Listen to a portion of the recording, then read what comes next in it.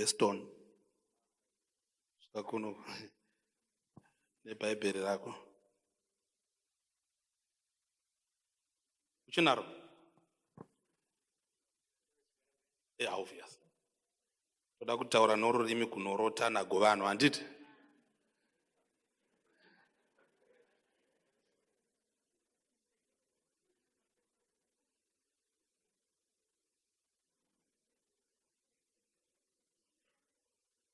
tikafunga kururama tinofunga neshona, tikafunga zvivi tinofunga futi nechi tichazomboenda hedu kuchirungu toni then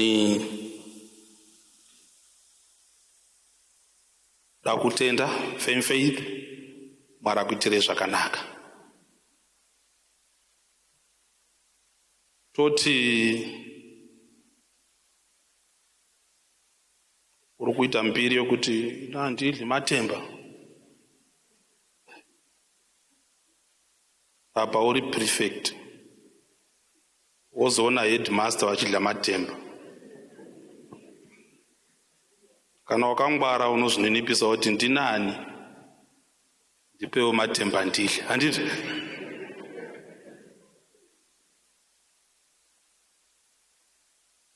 ndaitarisa firm faith pana haiti mawana vachiimbira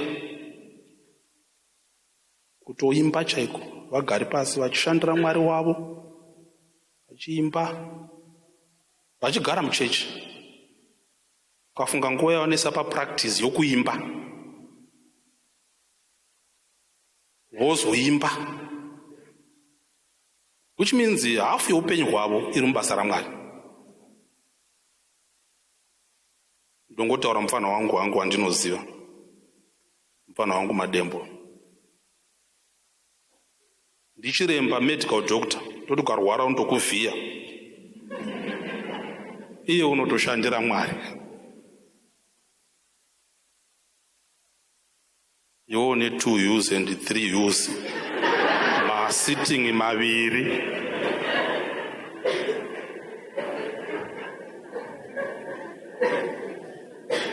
hautodikana kuwa nyaya yekushandira Mwari. Ukaona zvakadai wezvo ndatorega kutaura vamwe vacho vari papa. Iwo unotongokwera uchiona TV usingadi Mwari. Ava vachavoni TV, vakuonekwa muTV asi vanonamata Mwari. Unofanira kuti mufundisi chirega kuvhura vhesi zvapera chidana iko kuti koini ndinani chindipai matemba ndidle yapera katoni. Vamona mufana wangu mongomuona kuti nditoni unotoda Mwari. Nomudzimai wake vanotoda Mwari. Ukafunga mudzimai waToni wanga achanamatirei asi vanoda Mwari. Amen. That challenge alone inofanira kuti aiwa ndichanamata Mwari. Kunamata Mwari hakuzi kupusa, is the beginning of wisdom. Kutotanga kuhla Jehovha kuvamba kwenjere. Saka muchallenge you, nyika inogona kuti kuramba Mwari ndo make yokuchenjera.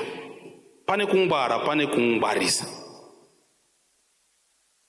Kungwara chaiko kuda Mwari. Challenging you. Kana wava muna Kristu zvose zvinokavhiwa neropa rake. For the ground is equal at the foot of the cross. Kudzidza kana kusadzidza, cover yaunowana uri pamberi paMwari takafanana. Amen. So I'm calling you, tizvakanaka kuti tinamate Mwari. Mangwanani anhasi tichada kuvhunza mubvunzo. Handinyanyi kufarira mawhat and how, mawai akanyanyisa tikamabvunza iwayo tikamaproba tikawana mhinduro taponeswa. Tichabvunza mubvunzo. Basing on Exodus chapter 12. Exodus chapter 12. Tichada kuvunza mubvunzo unoti why?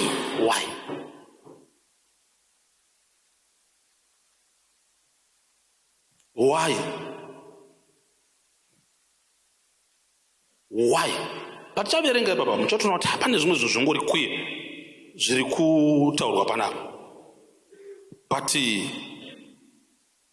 nemhaka yezvichidaro ngatidzoke tese kutsamba yaExodus. Exodus zvinoreva kubuda njitika kubuda kwani kwavana vaIsraeri vachibva munyika ichi yeIgipita. Munoziva zvakaitika hachina nguva. Faro achimanikidzwa kunzi rega vanhu vangu vaende. Pakaita hondo dzakawanda naFaro naMwari, pakaita rima, pakaita nhunzi, pakaita matacha. Kuzodzamara the last blow yakaita kuti Faro abvume kuti vana vaende, yokufa kwamatangwe.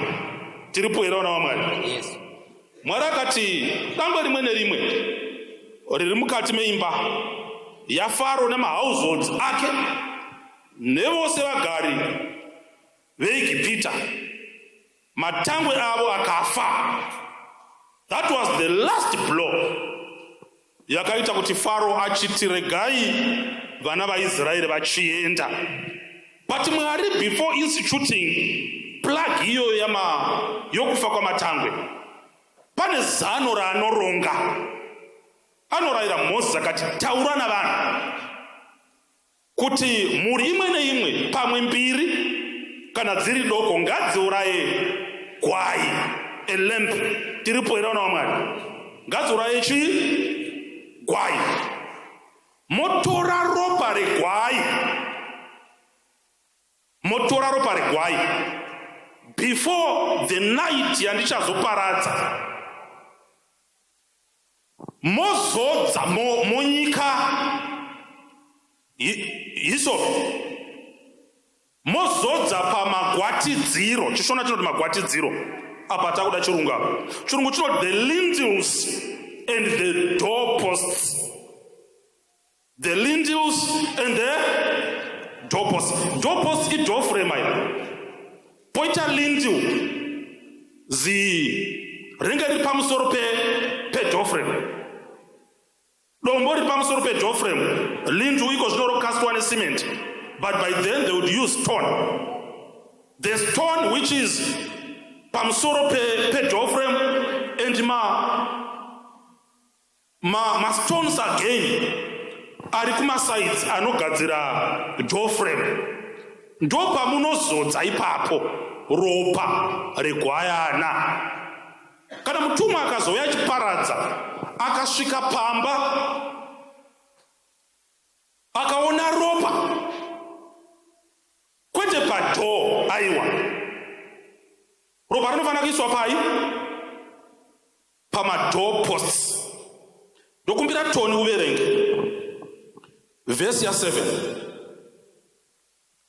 Verse 7. Zvino ngavatore rimwe ropa raro variise pamagwatiridzo maviri egoni.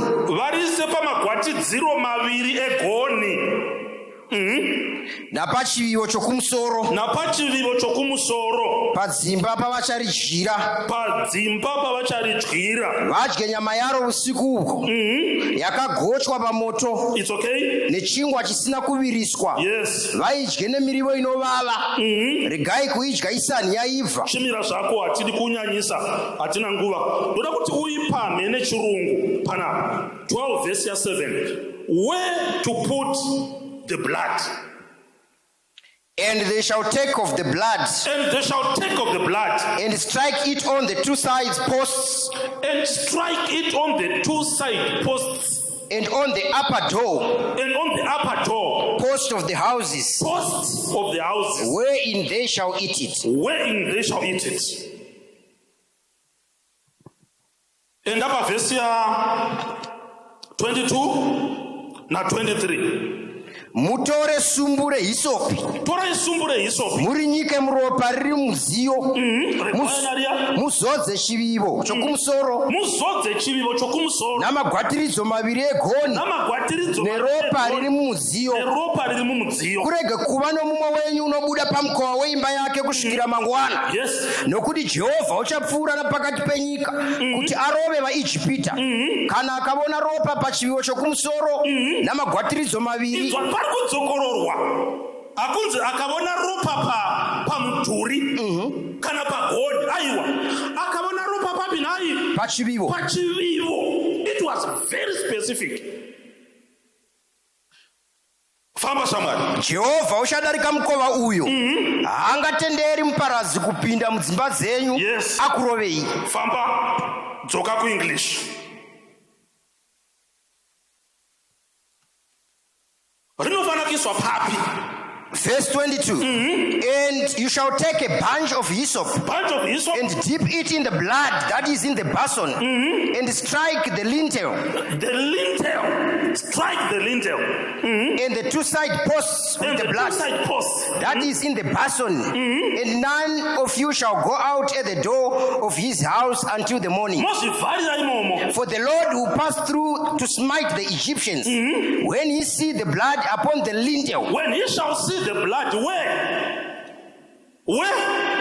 on the lintel and on two side posts, the Lord will pass over the door and will not suffer the destroyer. akaona kuti zvazvina musoro izvo hauzi namba yeimba hainyogwi padoor frame inonyorwa padoor hainyogwi palintu inonyorwa padoor ende door rinotori very visible munhu haanoki padoor frame unonoka padoor munhu akaonawo kuti ndoona sokuti mweya warasvika apa regai ndizadze ropa padoor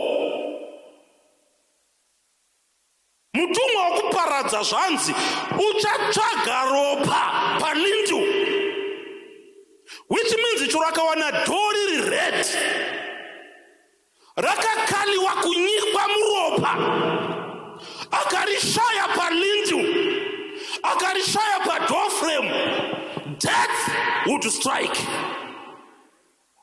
Saka mubvunzo wangu uri kuti why padoor frame napalintu why tikabatsirana kudavidza mubvunzo uyu mwari watipa chingwa chedu chezuva ranhasi why unozva sometimes unomotivate waso negood idea ikakunakira zvokuti unogona kutofunga kuti let me substitute God's idea negood idea. Dai zvaigarirwa komiti izvo kunzi inyaya yerufu toita sei komiti yaita haiwa zvapamadoor frame siya izvo pendai imba yose neropa regwayana but mutumwa wokuparadza wakatumwa kuti haiwa imba tsvuku rova kana pasina ropa padoor frame. So tiri kubvunza iko zvino we're making an inquiry in the Bible kuti why the door frames, why the lintel. Inyama lintels na door frame, it's not a good idea, it's God's idea. When your good idea confronts a God's idea, a good idea should bow down and give leeway to God's idea. Tinogona kurana church organization yakazara ma good ideas asasiri ma God's ideas. Tiripo ere ma youth usati wapinda mu any institution bvunza Mwari kuti amuna idea yenyu chii apa usati wapinda mu courtship. Mwari anakunyarara. There are God's ideas in running a courtship relationship. Koita ma good ideas. Pakurana muchato chayo. Pana ma God's ideas, koita ma good ideas. Anosapotewa ne WhatsApp. Antori chokavhunza mubvunzo yo mugrupu vose vanokudza good idea. vativhunze kuti nai Mwari yanzi good idea, and kazhinji good idea inomake sense kudarika God's idea. To make a sense zvisingaiti, zvokuti nitokutembuta kuti apati sure no make a sense, but ndoita sei?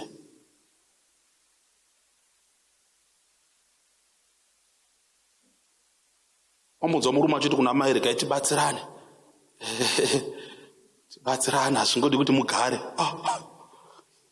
Inenge iri good idea kai kuti tibatsirane. Zvino mazuva ano Mwari achikodhena kuva murume wakati muchabatsirana.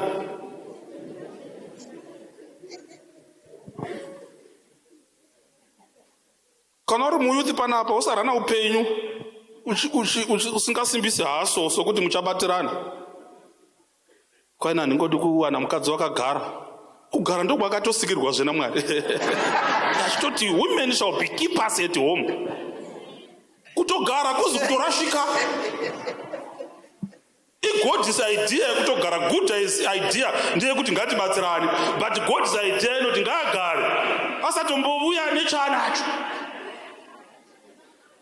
Ndinoita DCC dedi chakati chapera. Good idea. God's idea ndeyekuti gara uchivigirwa. If yakamunetsa God's idea akaita good idea, ndokundouya negrocery. Nhasi tiri pano paridza vhangeri nemakuva ose amuri kuona good idea, makakati zvokungoramba ndichingopuhwa zvonetsa gai nditore ndivapewo. Tiri pano nhasi vauya naro grocery baba izhai.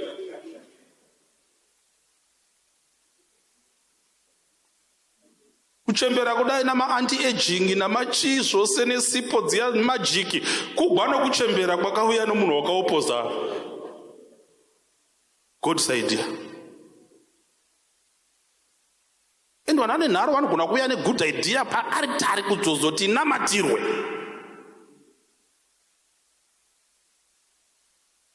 Kumutsa vafundisi usiku kuti vakanselewe.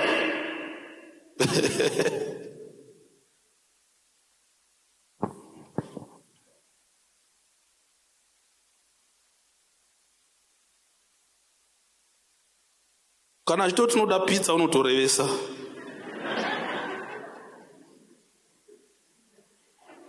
Tiri pamatrials. Tingangoinda netimu yaisati yambotamba bhora panapa pamafriendly tichiona kuti katazopinda mumatch chaimo panobudei kuita strategy. Mukomana kwainga ndichiona bhebhi handifambi naro kuchikenini, ndofamba naro mupaki.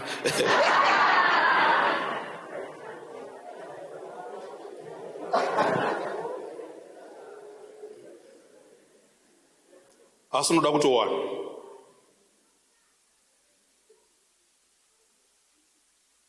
Hakuzi kumbonetsa kana. Nhamo dzavo dzakavamirira dzakatowandisa. Wanda dzakavamirira. 9 months vanenge vari pahondo inorema zvokuti zuva rimwe rinenge gore.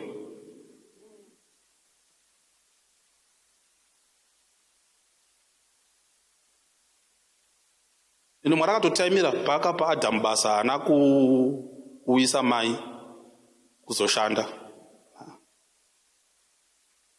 Gadheni yakatanga kupuhwa murume kuti aisevenze mai vasati vauya. Dzaneta dzawa svika ndichakugadzirira mubatsiri. Nekutumidza ndio dzaitumidza. Mai vaingova bhiuto kuti vachiona vachishanda vachibvisa stress vachiona vachinakira.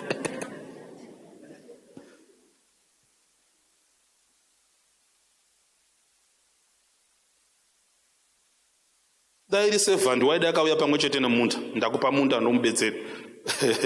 Ndokuchisakura nokoko iye achidayo nokoko. Uri zuva rimufana? Nandidi usingasevenzi. Kuti batsirane vazare. Why? Kona utowana unoda kukubatsira tenda Mwari. Amen. Kwete kutogofa.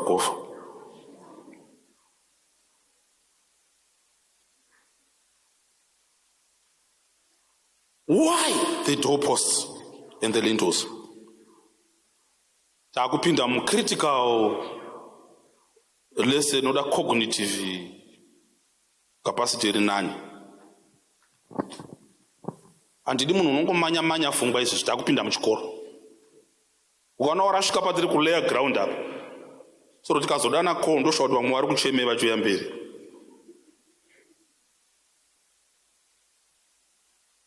Tochitanga nditi ndichatanga nokure kure, but zvichengete tozozvishandisa in our application. Vanhu ava vari kunzi maIsraeri vari kugara munyika yeIgipita anditika, ende vanga vavako kwamakore akawanda. Culture yavo yatofanana neIgipita, belief system yavo yatofanana neamaEgyptians. Saka Mwari aida kuvasvikira in their context nenyaya yari kutanga apa yamadoorposts namalintels anokavhiwa neropa. Let's go back to architecture yekuEgypt mazuva iwayo. Zvivakwa zvekuIgipita zvaiparidza chimiro chavapenyu nechimiro chavakafa. Hapana imba muIgipita, imba inogara vanhu, yaivakwa namatombo.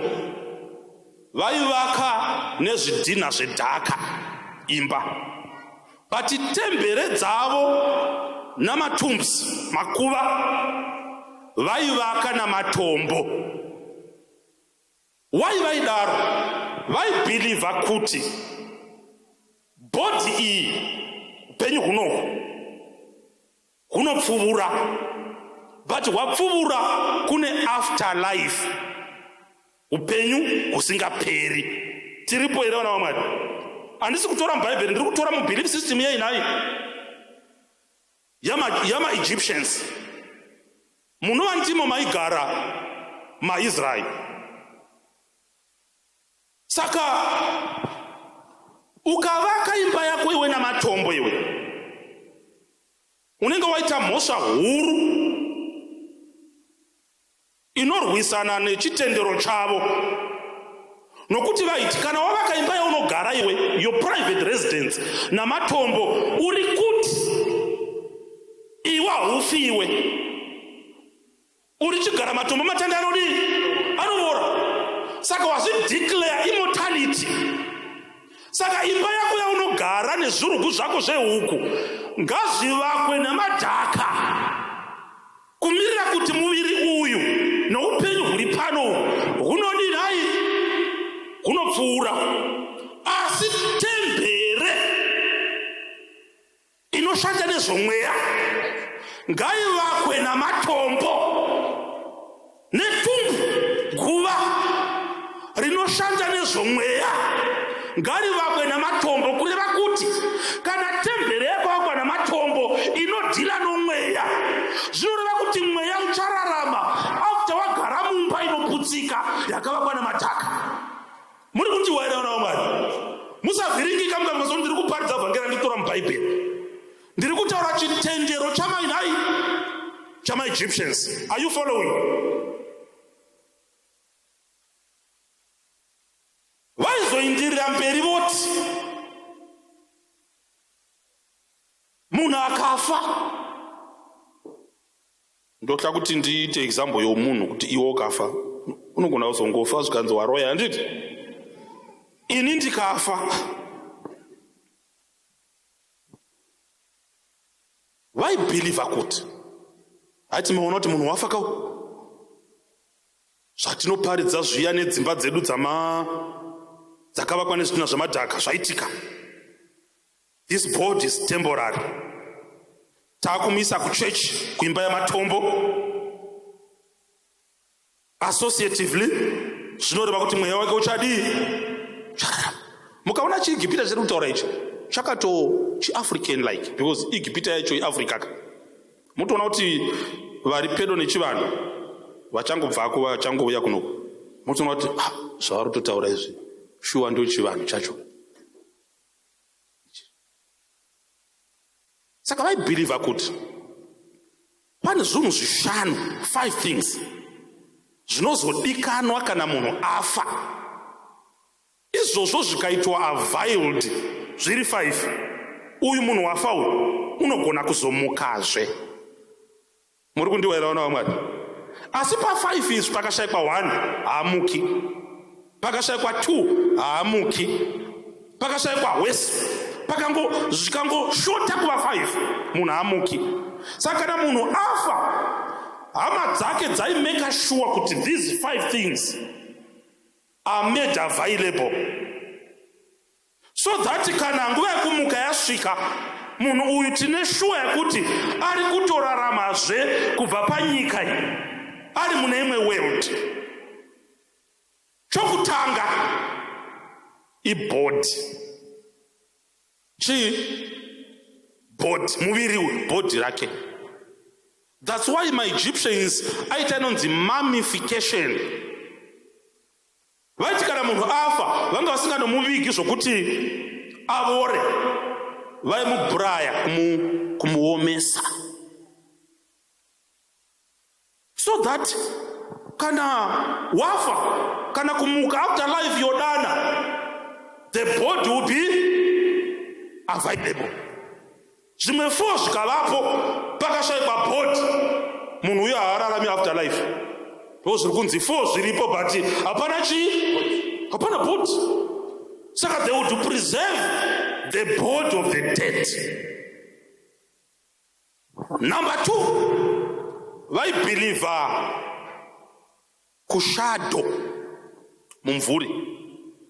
Vanga vasingatendi kuti mumvuri unongova mumvuri womunhu, vaitoti mumvuri ndeimwe part, component yakatomira yoga mumvuri.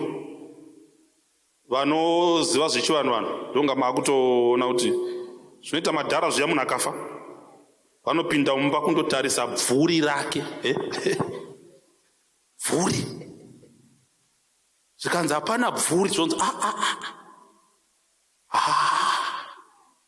munhu wedu wamutswa, tongoviga mutumbi, hapachina munhu apa mumvuri apa pana, watotorwa akandomutswa chidhoma navamai vanoroya.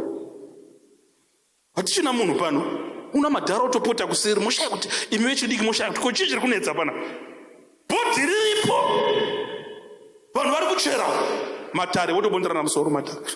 Chii zvonzi hapana bvuri? Yashayiwa bvuri. Rodzoka seni, pane zvavaita kuti ridzoke. Chilaiti tenge chitwa chiya ndechokuti tirione bvuri, because you cannot see a shadow pasina light. Zvonzi usadzima mwenje mumba mune chituna, mungofunga kuti light rokuti tionani, so pane chichembere chinomonita bvuri. Chikarishayiwa zvatodi zvotakwa.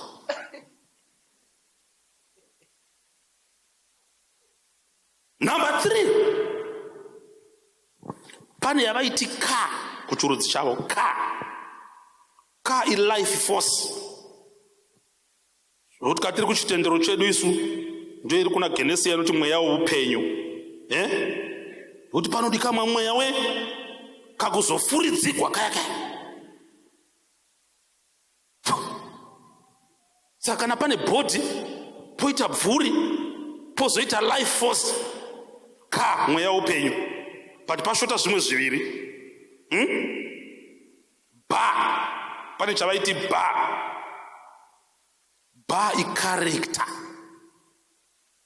Because vaiti body ikavapo, bvuri riripo, life force inozobva kuna Mwari, ndo uchazofuridzira. Panofanira kunge pane character. Kubvira kuti kana munhu akafa ari mutambo webhora, vaitenda kuti paanomuka character yake yekutamba bhora yaye unenge anayo. That's why mukatarisa rufu rwechivanhu vanoda kucelebrata unhu hwako parufu, kusimbisa yo bar. Kana waitengesa muviri manheru maavhenyu, vanotouyawo vachitamba zvinoita vanotengesa muviri, kuti tisatiziwa necharacter. Because kana tikabigwa character yomunhu, choro bhodhi iripo, kaa iripo, bvuri riripo, tikashayiwa bhaa haamuki. Saka zuva rokupedzisira rake ngatisimbise bhaa yake. Kana ari hwindi ngatiridze mahuta ekopi tichidaidzira. Kana ari mutambo webhora ngatigadzire kofini rakafanana nebhora, so that we reinforce the bar. Ndosaka muchivanhu pavanoimba havo ndi baba tavavona havo nebhachi ravo, nori bhachi kwavo kanga headmaster havadzoki vasina bha.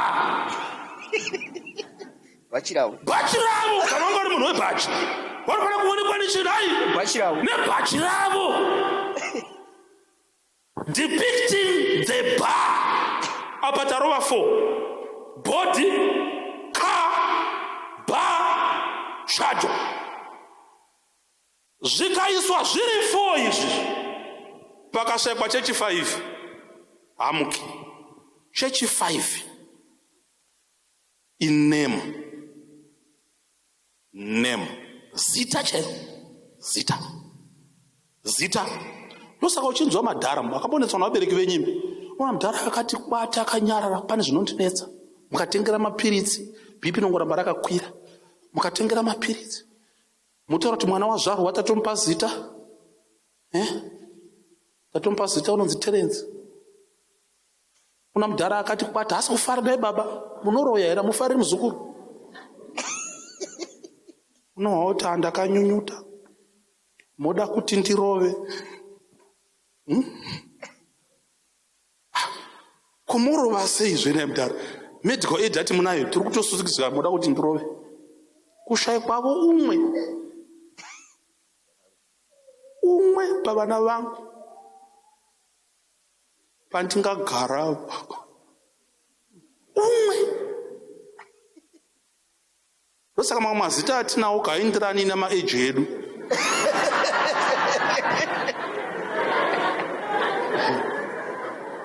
Because mazita anoza kuti ana madispensation. Pane nguva yaingowanda vana yasi.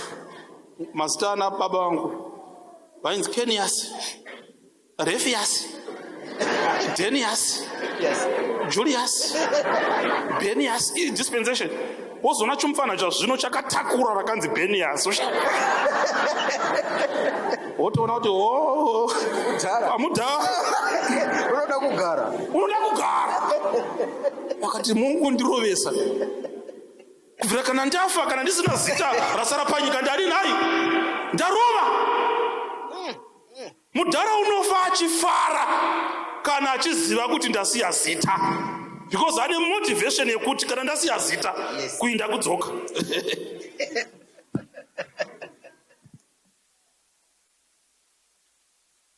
Do system yatiri kuda kundoona kuti why then ropa raifanira kuiswa pamalintels.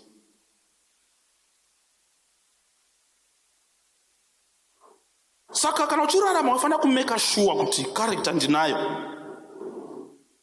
Body ichaomeswa, car kaindinamate Mwari uchazofuridzira, bar kaindirarame zvakanaka nekuti character inoita kuti vanhu vagone kuimbavo vachifara vachindicelebrate.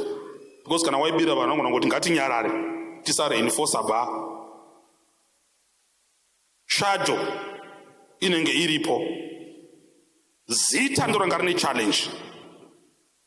Vafumi zvavaita manje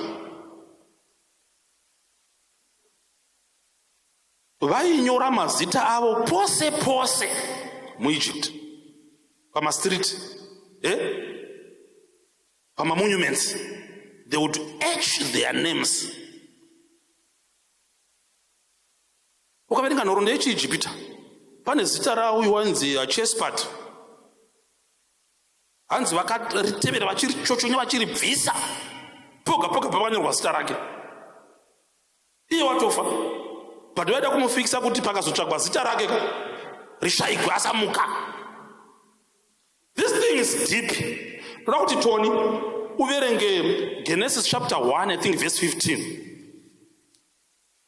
Verenga Genesis chapter 1 verse 15. Ndi Moses, but Moses mutendi uyu, but ari mucontext yechiijipita chaigara. Ngazvive zviedza panzvimbo yedenga. Exodus chapter 1 verse 15. Verse 15. Zvino mambo weIjipita akaudza madzimbuya avaHebheru. Ari kunyora bhuku iyi ndi Moses, tiripo here. Vainzi mumwe Shifra. Iwa Moses hanzi mambo weIjipita wakanyora chii? Wakaudzani? Madzimbuya avaHebheru. Vainzi mumwe Shifra. Mumwe Puya. Akati. Kana muchibatsira vakadzi vavaHebheru pabasa ramadzimbuya muchavaona pakupona. Kana ari mwanakomana mumuuraye. Kana ari mwanasikana ngaararame hake. Hatisina nguva. Handiti aida kuuraya varume chete. Zvino aya madzimbuya aya Shifra uyu naPuya vanga vapuwa basa rokuti akaita murume urayai. Ava madzimbuya aya ndokubva ati tinohla Mwari hatiuraye, kuti rudzi kuindirire chi mberi. Vakanyepa vachiti isu madzimai eIsraeri akasimba, totowana mumwe atozvibatsirisa voga, saka tizowane mukana wokuuraya vana vavo. But tiri kuudzwa mazita avo Shifra naPuya inda pa5:2 dza Exodus. Verse 2. Farao akati, Jehovha ndianiko kuti nditeerere inzwi rake, kuti nditendere vaIsraeri kuenda. Izvezvi amona kuti Farao munhu wakaipa. Mubhuku rose raExodus Farao haana kumbogara adamwa anyogwa nezita rake naMozisi. Hamusi kundiwa. Kunzi Farao hazvirevi zita. Farao zvinoreva kungoti mambo. Tony ari engineer, ndikati engineer handina kuti Tony. Why is it Moses achiramba kutiudza first name yaFarao nesurname yake, but achitiudza mazita amambuya aya maviri? Okay. Pakaipa. Ukataura mazita aFarao ati long live. Saka vanozama by all means kuti tataura Farao rishayikwe chero 4 zvikawanikwa izvo. But name rishayikwa. Handisi kuti Moses wakarashika. Pane muparidzi wainda achinda kundoparidza kuti vakafa hana chavanoziva. Unotiye zvino ndakafamba ndikasvika pagoronga. Ndobva aona moto seamburela wavhara seamburela ragoritotoke. Iye waitenda kundoparidza maridzo yake manheru waiti vakafa vana chavanodii. Kwai ndobva ati iwe usandinetsa kuti ndakakuurayai. Kwai ndobva radzima.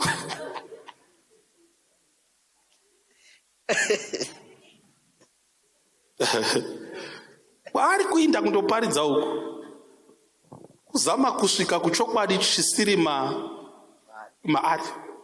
Tose tinogona kutopedza upenyu tichida kubva kuda kusasvavira chimwe chokwadi, but pane chimwe chiri matiri. Unotoona kuti Moses utoti handimbomutauri Farao. Asi madzimbuya ndichamanyora namazita awo kuti paanongoverengwa chete abatanidze nezvifo izvi votoraramazvo.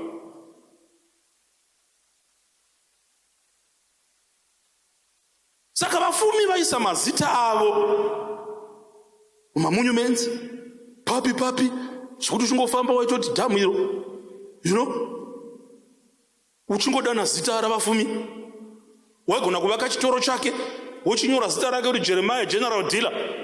Kana afa chero singadi kumudana utoti ndaya motenga chingwa kwa Jeremiah watoridana. Zita rina kurova. Mogadzira bhasikoro rake woritumidza zita rake. Zvino hauna kana ngoro yekunyora zita rake. Wodini? Vamwe nyora pamabhara. Tony's transport. Chero ukafa kana kada tiri dani. Bhara rikakumbirwa uchipfuura naro pachikoro zvapfana zvegrade 0 zvoti Tony.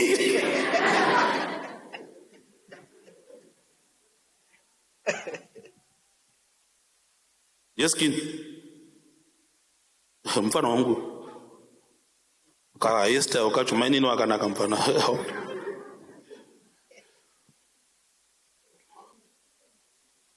Saka varombo vanga vane problem. Toisa papiwo zita handina bhara rokunyora zita. Ndikarinyora apa zvokuchechenya zvetatu vanongoviga.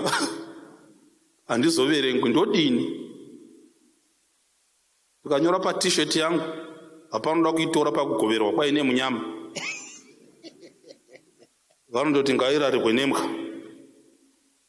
Saka vakazoronga zano. Amen. Pane ma structures. By means of architecture, ungagona kugadzira doorframe risiri redombo. Because hapatorina doorframe, lindu kufanira kunge riri redombo. Saka zvavaizoita manje varombo, vaizochechenyera mazita avo. Padombo rinogadzira doorframe nedombo rinogadzira lindu. Kana tiri 7 tisati taturika lindu tainyora mazita edu ese ipapo kuitira kuti ndikadziswa ndikaitwa mummified, bha iripo, ka iripo, shadow iripo, chimba chandaigara chikawa, but dombo riya harivori sezvinoita madhaka. Imba yangu pakaita dongo, zita rangu riri padombo rapadoorframe. Mwari andiitira nyasha, panopfuura mufudzi wemombe. Overengavo pakati Tony. Orive kuti Tony, Tony. Kana papasarigwa unotaura zita rangu. Kana ratotaurwa ndararama. Amen.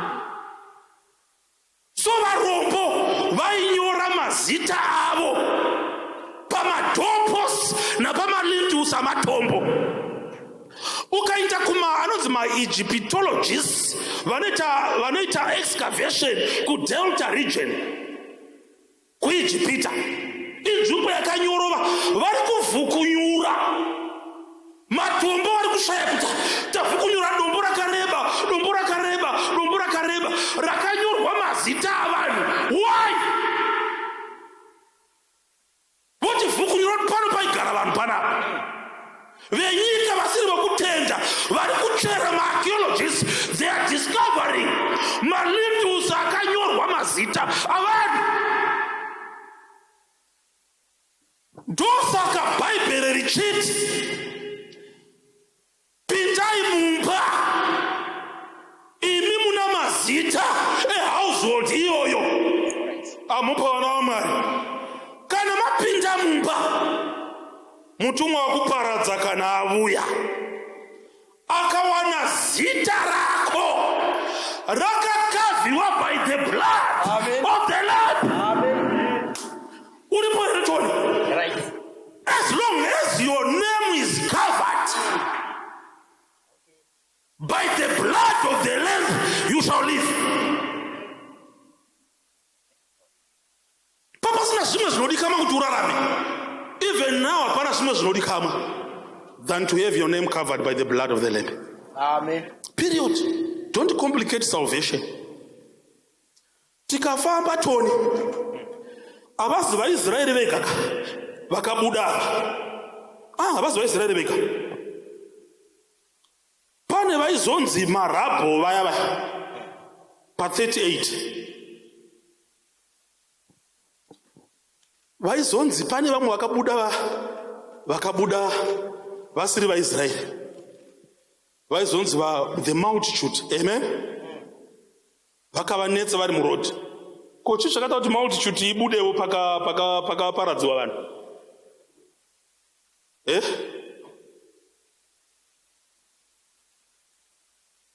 Vamwe vacho unozva vakangotevedzera.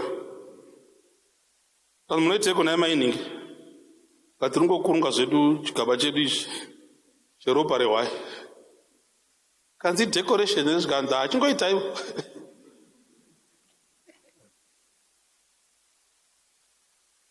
Mabonga esimfana ndipo zvikanzi chingoitaiwo ndokutodzurawo ndokutongopinda samapenzi. Vamwe vakatopinda vachimwa skadi yavo nesikadhi yavo nembanje mutoriro uchitokwevewa uri mubhawu mudhara achitopopota zvikanzi achibva kubhawa nesitabhemba akaita ndianiwa wazodza imba yangu neropa ndokutotanga kutokiya mai pamomenti yaikiya mai mutumwa wekuparadza ndobva asvika kachoro muchigwa but mapona. Usadherera the blood of the Lamb. Amen. Arini additive blood raKristu. Wakanofuma mangwana achidzi pakati pane mariro dangwe rafa vakasvika zvika iro dangwe raipapo raitorova mutoriro rikatondobata mavoko pafa dangwe zvikanzi kuti makapona nepi zvikanzi takazodza mazita our names were covered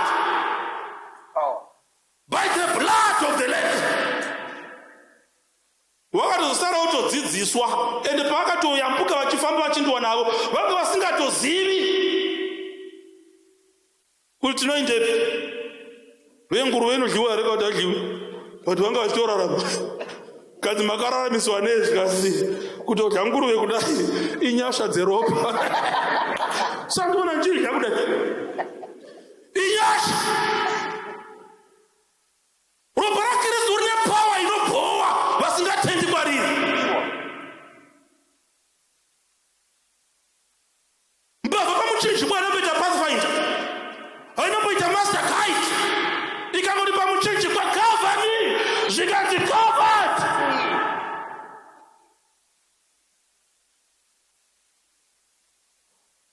Zvino ine ndinonetsana ikokokora unofunga kuti kafeini nepawa kudaro paropa raKristu.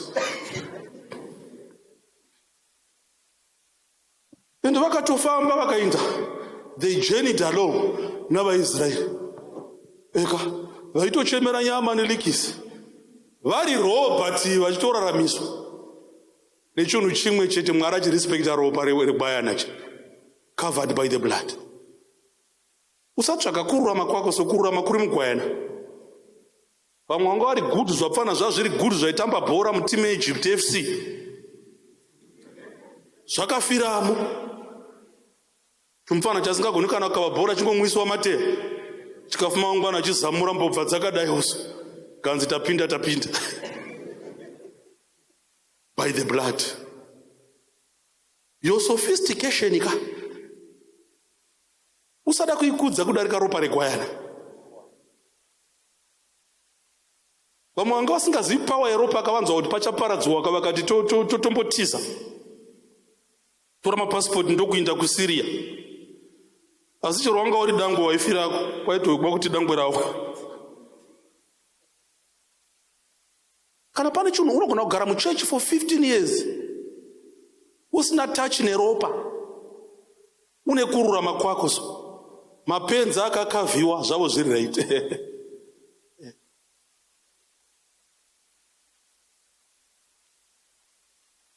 You don't keep the Sabbath to be saved.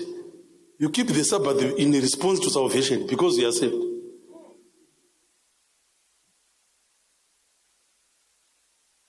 Why budai mariri in Babylon vanhu vangu? Budai mariri. Kana munhu achiti budai mariri vanhu vangu which means renenge tiwa Babylon ka haasi kuti budai mariri mugova vanhu vangu muna kundiwa. Kana Ebeneza ari mumba yotsva handiti buda mumba ugova mwana wangu, ndototi Ebeneza mwanangu buda mumba. Mwari unomo vanhu vakakavhiwa neropa rake asi vari muBhabhironi. Iwe uchifunga kuti wakamira naMwari asiri baba vako, asi Mwari achitoti mimba inotsva budai mariri vana vangu. Mwari achiti my children munhu ari mumbawo, iwe uri munhu usina ukama naye uchiti ndiri mwana wake, achiti handikuzivi, buda mwanangu uri mumbawo, because wakuna kurespecta the blood of the Lamb, celebrating the blood, covered by the blood. Wawisa kuti salvation doesn't come by any other thing but by the name of Jesus. Ropa raJesu haridi kuwedzeregwa kuti riponese mutadzi.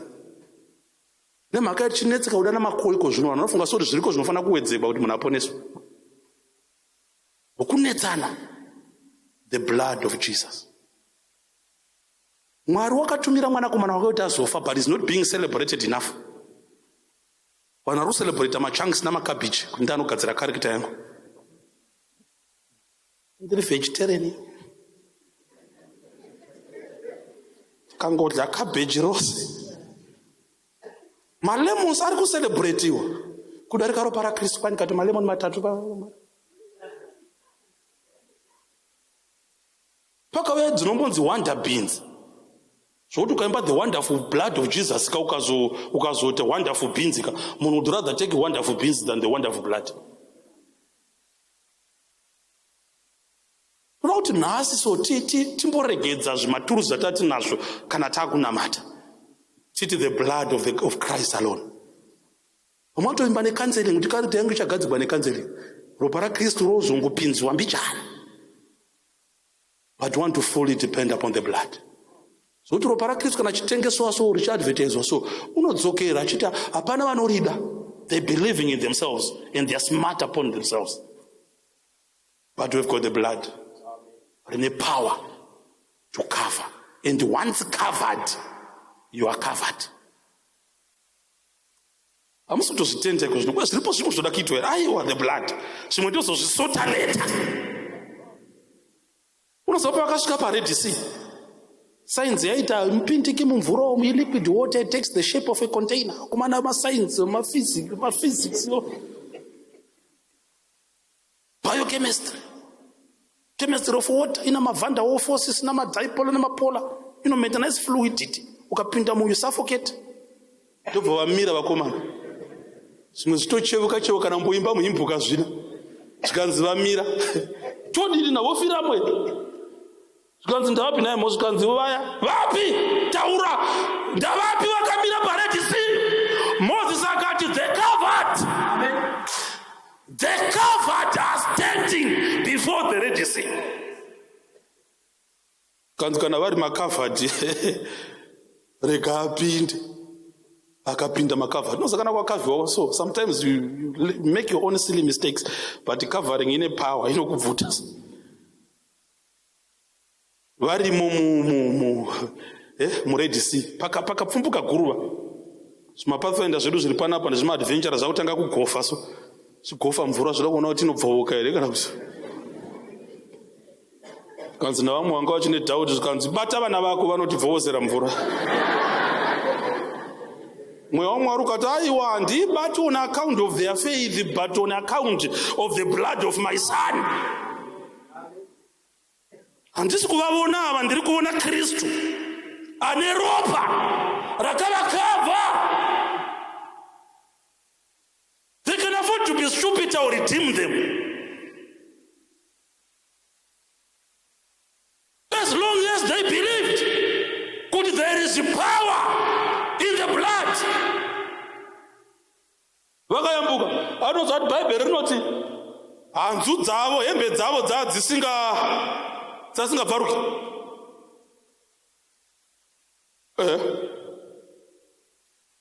Why?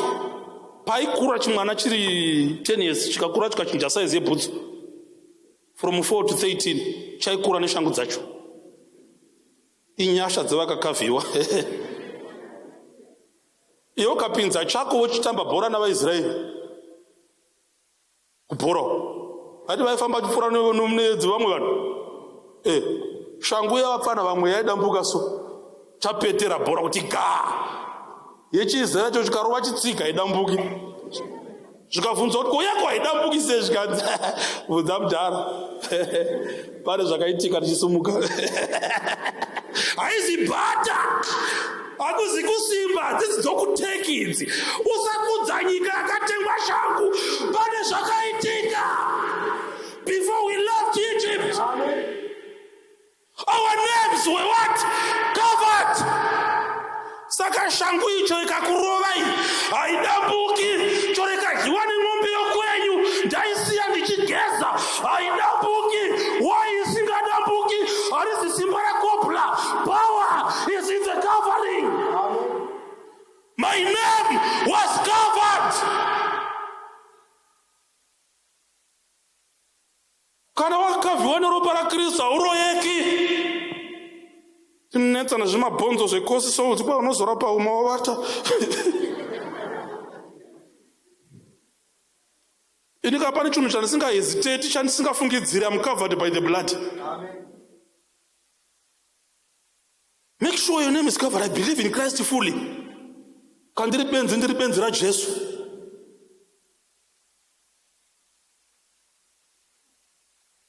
Covered by the blood. Tabva pa covering ipapa. Nosa zvakazoitika ma first born ayasvikanza. naMwari ndomada.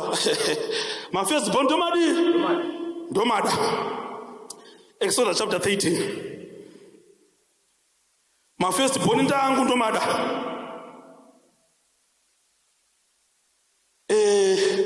Saka ng'ombe. First born yemombe waifana kuinda nayo kuchibayiro yondofa ichifira dzimwe ng'ombe dzayo. Vanongona vachazouya because ng'ombe iri clean ka mbudzi iri clean, gwai riri clean. Saka first born yegwai wainda nayo iyo yondofa. First born yofiravo vamwe vayo. Mbudzi iri clean yaindofiravo vamwe vayo. Gwai raindofiravo vamwe vari. But pazoita problem manje yedhongi chipfuwo. Mwari wati toda first born. Chinokuti rindiwe naro because wainda nechibayiro kachiyacho chondiswa paaritari. Vutsi kukwira nyama yaidyiwa navaprista. Ko dhongi wairi di. Iro rato classify kunzi riri unclean. Haridyiwi but first born yedhongi inodikamwa. Saka waidi naro manje. Ndo pane vhangeri yedu isu. Verenga toni. 13 verse ya 13. Tanga verse ya 2. 13 verse ya 2. Wenda ku 13. Ndisaurirei matangwe ose zvose zvinotanga kuzarura chizvaro pakati pavana vaIsraeri kana kuvanhu kana kuzvipfuwo ndezvangu. Chimira zvako chinda ku 13. Tine problem yedhongi. Unaizoshandira Mwari somuprista dhongi rodini.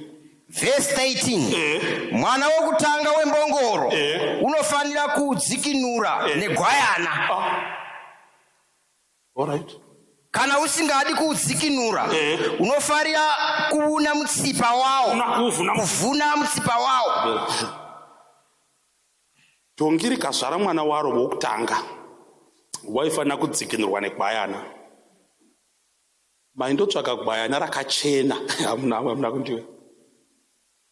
Muinda negwayana. Gwai risina charakatadza. Rondofira dhongi.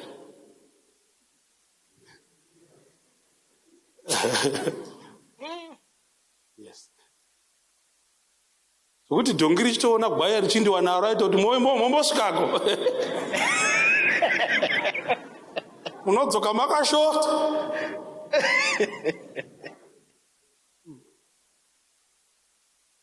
Saka dhongi raifanira kana radzikinurwa negwayana rotorarama dhongi hwaro zvaro richitonakiwa richitofara richitoti haina ndiurawi takatofigwa kudhaya.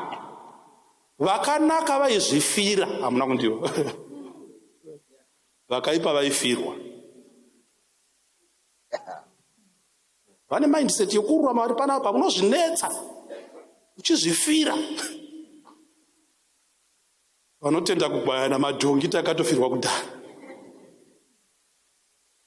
Mwe serious unondiye kutsvaga utsvene. Usingabatiki.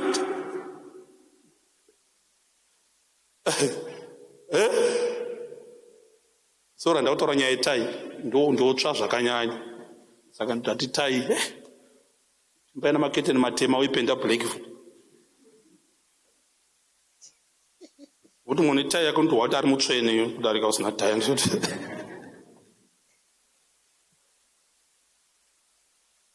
Fundisi makurasha vanhu, handisi kurasha vanhu. Kristu uri kutofara kuti uri kudzosa vanhu kuropa rangu. Kwauri kwakatorashika ikoko. Gwai riri right. Imi mbudzi muri kupera. Muchipedzegwa nokururama. Gwai riri covered. Amen. Covered by the blood.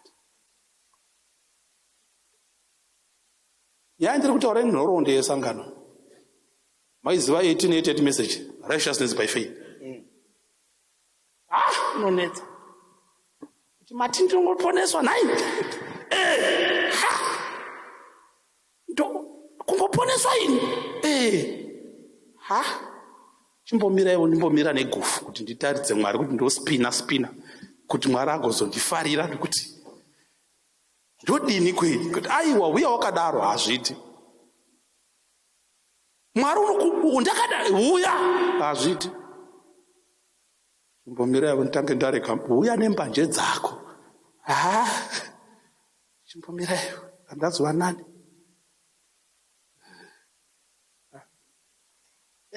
Dhongi richitova right, mbudzi dzichipera. Ende dzinopera dzichishota madhongi achiwanda.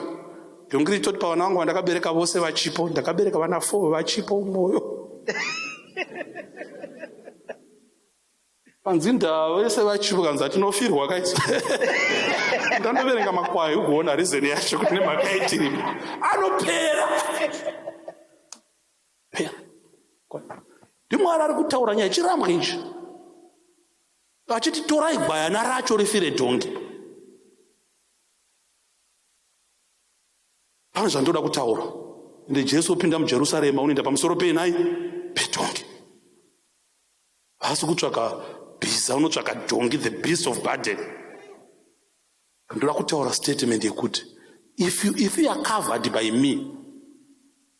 Hamuna kunzwa dhongi parakapinda muJerusarema hanzi vakakurura mabhachi avo. Dhongi rikatsika. Kana wairiona risina Jesu pamusoro raitsika ungakurira dhongi. But wanga ari pamusoro pedhongi pakapinda muJerusarema akinda kundofa. Dhongi rikati ndokutendai. Ndaisi dziki nogwana makwayana. Jesu akarizevezera akati ndini kwayana razvokwadi. I'm restoring your honor. For the first time, dhongi rakanzi mister. Richitsika pamazambia amadzimai so. Jesu ari pamusoro. Vachimba hosana. Richichevuka so. Sangana neng'ombe dziri clean zvikanzi ndimi vakomana. Tisu tina baba, tina muponesi. Takatakura Mwari. Churu vakastepi karosoka. Zvokuri zvazvatendekwika rakatakura vakuru. Jesu achizadzisa chiprofita chiya. Kando zvandinoita dhongi randitambira. Rakataviwa by my blood. Vamakaritaura zvikanzi iwe haugoni kurima. Zvikanzi kugona handigoni bhari zvandinogona. Tarira zviri pamusoro pangu covered. Zvose handigoni izvozvo but ndinondigonesa tarisa. Rikanzi HE dhongi. His Excellency richifamba zoro nomukoti.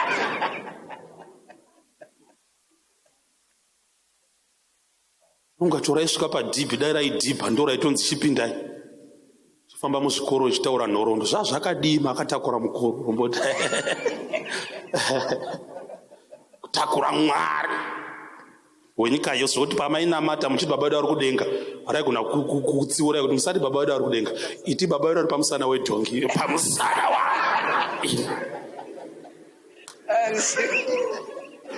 ona ng'ombe dziri bhizi kunaka, ndiri right, mufudzi wangu ndonogadzirisa agriculture, mukaka uri mayogati ya dhongi rakakavhiwa.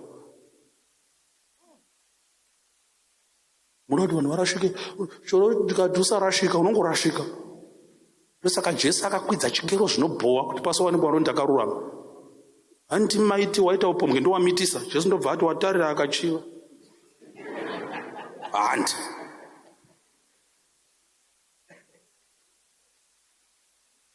Wauraya munhu zvikanzi unoti kuhama yake raka. Kwete kumutuka ngoti ndongo wangoti mwa wakauraya. Ngati hende mbongoro nekubaya hende. Ndosaka ndichiti sazvitinetsi covered by the blood. Amen. Yeah. Our salvation is worked by him. Handisi problem yaMwari ndiri project yake. Saka kana ukasvika asati apedzisa kuveza chaanoda kuburitsa, usati danda rakashata. So after 20 years unozoona chada kuburitsa chasvika. Hauna kundiwa. Zvakavanetsa kurega upongo vana David. Dzamara mwana ati regai timubatsire neage. Chachembera. Kanzi nchachichembedza. Vachapuwa Abhishagi.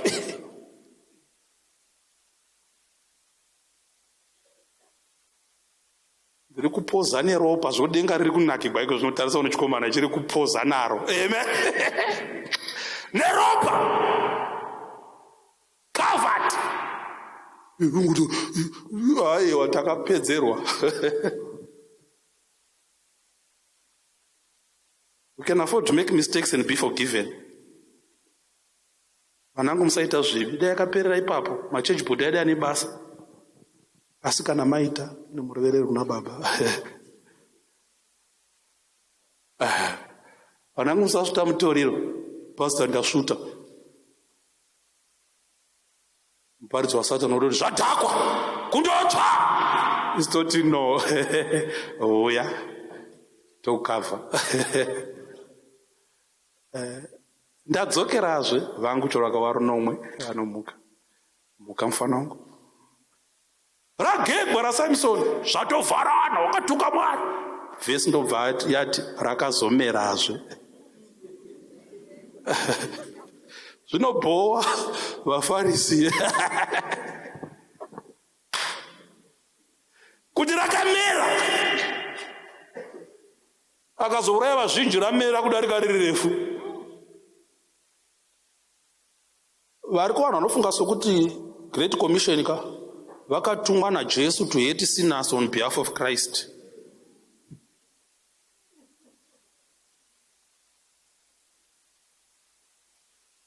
You are not sent to hate sinners on behalf of Christ. Iko nenga katarira saitsvaga vatadzi. Aita somupurisa waMwari. Sokuti ndo sekretari womweya mutsvene.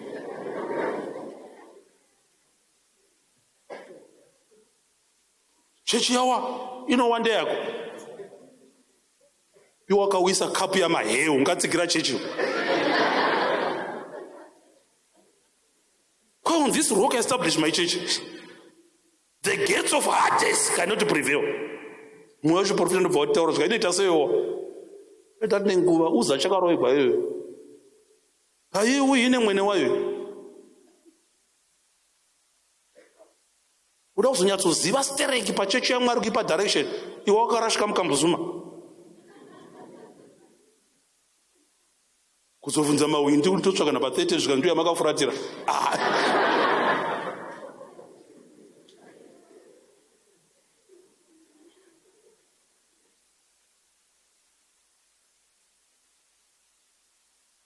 Yakanetsa nyaya yerighteousness by faith paMinnesota. Vana Alonzo Jones nawagona vakareka chechi vachiti chechi yatadza kutambira. vakasava patient udzamarileni waita mutswa zvikanzi this is the gospel in verity. Butler angari president akaigamuchira. We still believe as Adventists that we are saved by the blood of Jesus. Amen. Nothing more but what? The blood of Jesus. We don't do the works to be saved. Tiripo atiti mabasa kuti poneswa. Tinoita mabasa because takaponeswa. It's our response to the love of Christ showed by his blood. And kuresponda sometimes kunosiyana. Umakatenga kubhacha angosviki papo kuti baba maita. Unozoya manheru obva kumwombe. Usana aunotomboya papo uziwe baba mwana oga.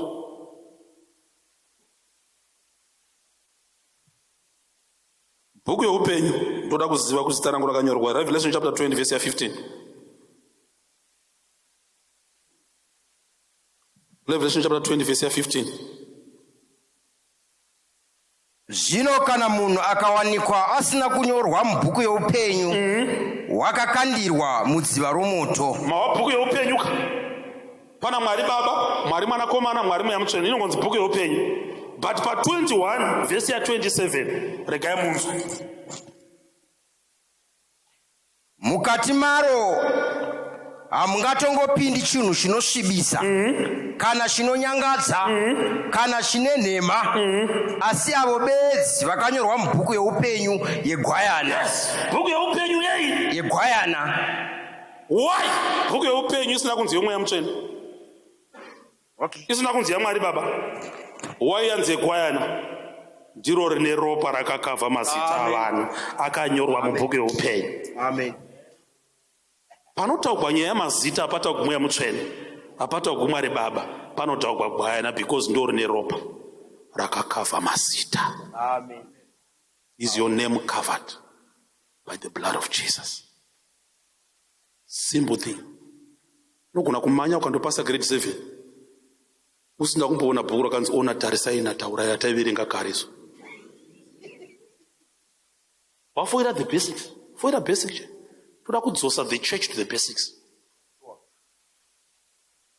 Mukavhunzwa mubvunzo navamwe shamwari dzangu dzamapentekosta munotsamwa kuti are you saved?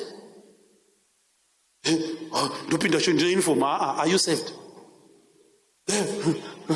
Ndio matakazvarigwa. Are you saved?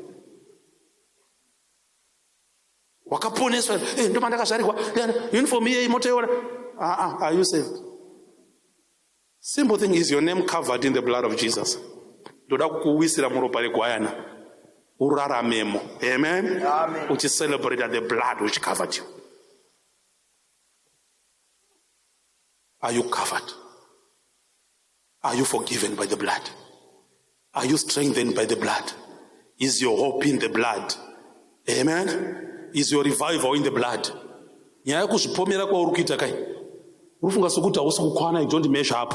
Yet hauzivi kuti it's not in you, it's in the blood. They will covered usina BP pamusoro peupenyu hwako because the ropa rakapedza zvose.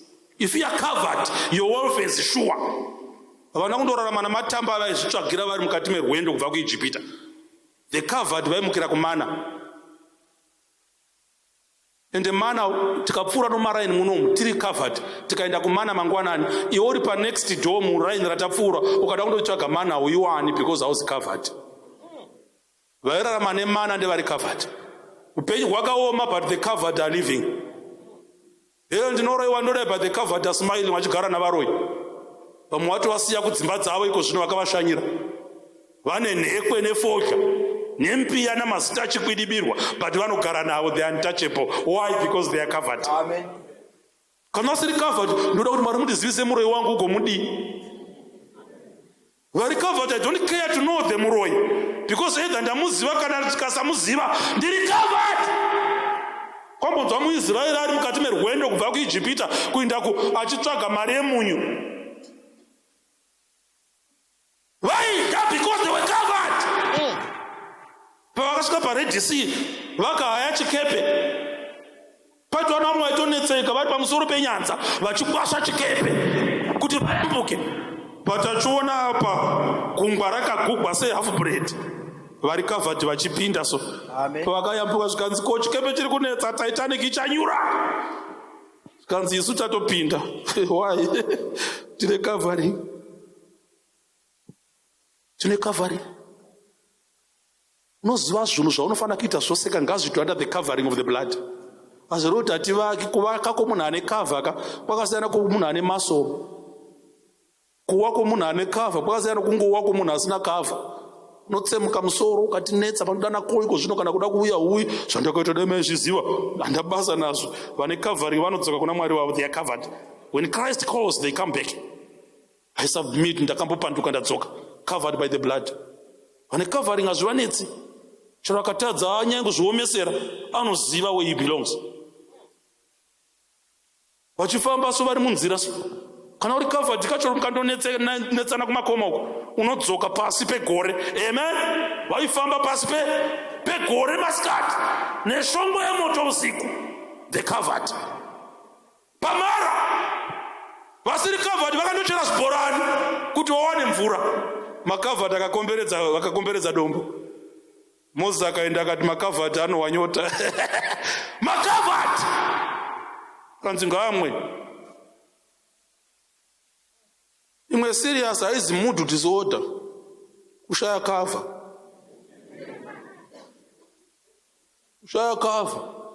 Dzakagara dzakatozviomesera dziri serious.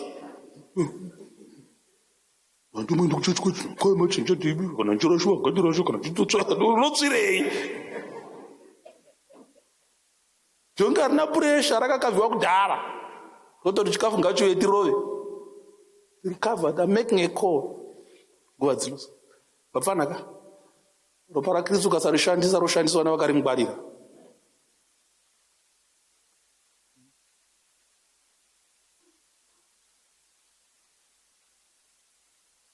Kwa dzakakwira dzine tiketi muchikepe 3 months chidla zvokutamburira dzinonga pasi pematafura avamwe. Kasvika dzaonda so musi wokupedzisira kwaonda semufana muchikepe chinotaka kubhukira vamwe vachingodya. Kanzi ndavangobhukirwa. Kanzi tarira seri kwetiketi. Kwakatonyorwa kunzi covered, lunch and everything covered. Dzaingoona pafura handiche dzingodemba nhamo. Uzozviziva so warashiwa so kuti zvazviri easy kuponeswa wotomuka mugena. Kuti vana nhingi vakapinda vakapinda vakaita sei covered by the blood of Jesus. Ndakutangisa grade 1 yoruponeswe kuzvi. Jesu ndakugamuchirwa shamwari fully. Amen. Nothing but the blood of Jesus. Nothing but the blood of Jesus. Pesa kaona Peter Jesus hatina chatinacho pachatinacho zita raJesu nezita rake. Sumuka ufambe. Vanga vasingachovhi mawheelchair vakati nezita raJesu sumuka udi. Takafadza baba kupa mwanakomana wake zita pamusoro pamasitaro nezita raJesu ndimi dzose dzipopore namabvi ose afugame kuti Jesu ndiye mambo. Takuda kunamata vakomana. Kumbira vaimbi. Tigadzire song celebrate the blood of Jesus. Are you covered by the blood of Jesus? Unopenyu hwararamiwa uri kunze kweropa rake ukazvipomera ukati nendogona kuponeswa here. Vamwe vana vakangozvarirwa muchechi vanowana encounter naKristu wacho. Moti Mwari toda kukavhiwa neropa renyu. PS anga anondipomera munoti I'm nothing but if I am covered by the blood of Jesus. I want to accept Christ as my personal savior. Usaverenga makore wakagara nawo uri muchechi. Now I'm making a decision. I want to accept Christ as my personal savior. His blood should cover me. Should cover me.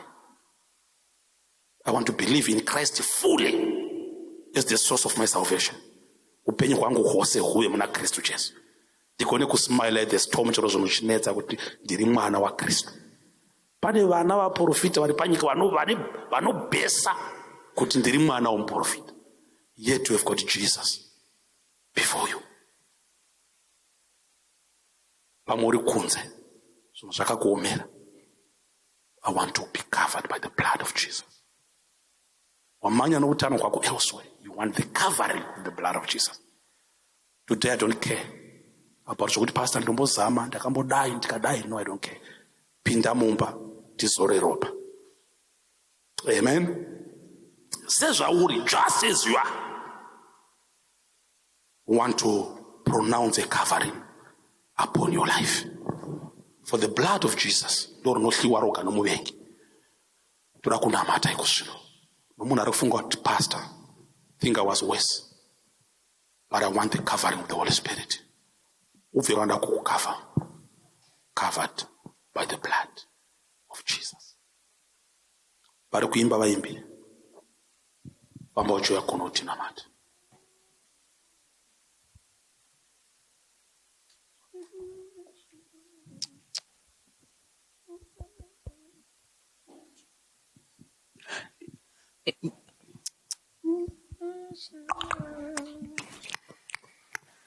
Inyasha wawanirwa nyasha akusikugona kwenu sevandu inyasha zake isimbarake musa